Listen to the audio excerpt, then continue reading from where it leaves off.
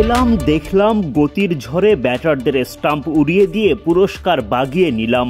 চাইলে নাহিদ রানা এভাবে বলতেই পারেন। আন্তর্জাতিক ক্যারিয়ার শুরুর প্রথম বছরেই দুরন্ত নাহিদ। তার হাতেই উঠল বিএসপিএ বর্ষসেরা উদীয়মান খেলোয়াড়ের পুরস্কার। জাতীয় দলের হেড কোচ ফিল সিমন্স ও সাবেক অধিনায়ক মোহাম্মদ আশরাফুল রানার হাতে অ্যাওয়ার্ড ও অর্থ পুরস্কার তুলে দেন। শুক্রবার অনুষ্ঠিত হয় বিএসপিএ স্পোর্টস অ্যাওয়ার্ড 2024। দেশসেরা খেলোয়াড়দের হাতে পুরস্কার তুলে দেয় সংগঠনটি, যেখানে ক্রিকেটারদের জয় জয়কার। আগেই জানা ছিল 2024 সালে অপ্রতিরোধ্য নাহিদ রানার হাতেই উঠতে যাচ্ছে এবারের বর্ষসেরা উদীয়মান খেলোয়াড়ের পুরস্কার। পুরস্কার নিতে অনুষ্ঠানে হাজির হন রানা। পুরস্কার বিতরণী পর্ব শুরু হতেই দারুণ সেই মুহূর্ত চলে আসে নাহিদের সামনে।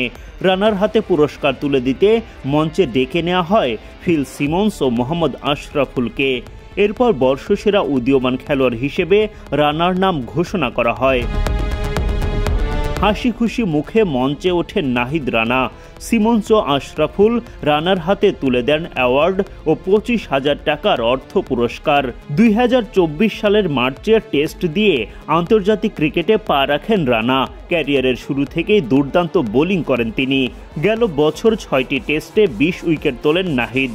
রাওয়ালপিন্ডিতে পাকিস্তানের বিপক্ষে বাংলাদেশের সাফল্যের ক্ষেত্রেও বড় ভূমিকা রাখেন এই পেসার। সব মিলিয়ে যোগ্যতর খেলোয়াড় হিসেবেই বর্ষসেরা উদীয়মান খেলোয়াড়ের পুরস্কার ওঠে নাহিদের হাতে। অ্যাওয়ার্ড অনুষ্ঠান বলে কথা, পুরস্কার নেয়ার পরপরই উপস্থাপকের সাথে রসিকতায় মেতে ওঠেন নাহিদ। বোলিংয়ের মতো প্রশ্নের উত্তর দিতেও বেশ বুদ্ধিমত্তার পরিচয় দেন এই পেসার। একই সাথে দেশের হয়ে নিজের ভবিষ্যৎ লক্ষ্যের কথাও জানান নাহিদ রানা। তোমার ফাঁস করে দেই আজকে। এর আগের বিপিএলে চিটাগাংয়ে যে হোটেলে টিম উঠেছিল, আমি সেখানে উঠলাম। ওঠার পরে দেখলাম যে প্রতিটা ফ্লোরে লিফটে চাপ দেওয়া। তো সেখানে যে খেলোয়াড় ছিলাম, বললাম এটা কি? বললো যে এটা নাহিদ রানার কাজ। তো মোটামুটি 24-25টা ফ্লোর, 1 থেকে শুরু করে 24টা পর্যন্ত সেখানে লিফটে কল দেওয়া ছিল।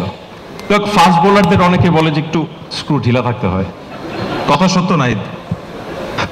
আসলে ভাইয়া, এসব বিষয়ে মানুষ তো অনেক কিছু বলে। এখন এসব বিষয়ে আমি কোনো কিছু বলতে চাই না, যেহেতু আমাদের এখানে সিনিয়ররা সবাই আসে। তো অস্বীকার করেনি কিন্তু। দেখেন, আমি তো এখন মানুষকে কি বলতেছি এটা এত ধরেন আমি কিছু করতে পারবো না। যার যেমন মাইন্ড সেই সেরকম বলতেই পারে, কারণ মানুষের স্বাধীনতা আছে, বলা তো বলতেই পারে। তো লক্ষ্যটা কি নাহিদ? লক্ষ্যটা কি ভবিষ্যতে? লক্ষ্য হচ্ছে একটাই, যে দেশকে হয়ে ট্রফি, দেশের হয়ে নিজে একটা ভালো কিছু করে দেশকে যে কোনো একটা ট্রফি এনে দেওয়া। এটা যদি করতে পারি, এর চাইতে আর নিজের কাছে কিংবা দেশের হয়ে ভালো খেলবো, এর চাইতে নিজের কাছে ভালো কিছু পাওয়া নেই। Thank you Nahid, keep on shining. ধন্যবাদ।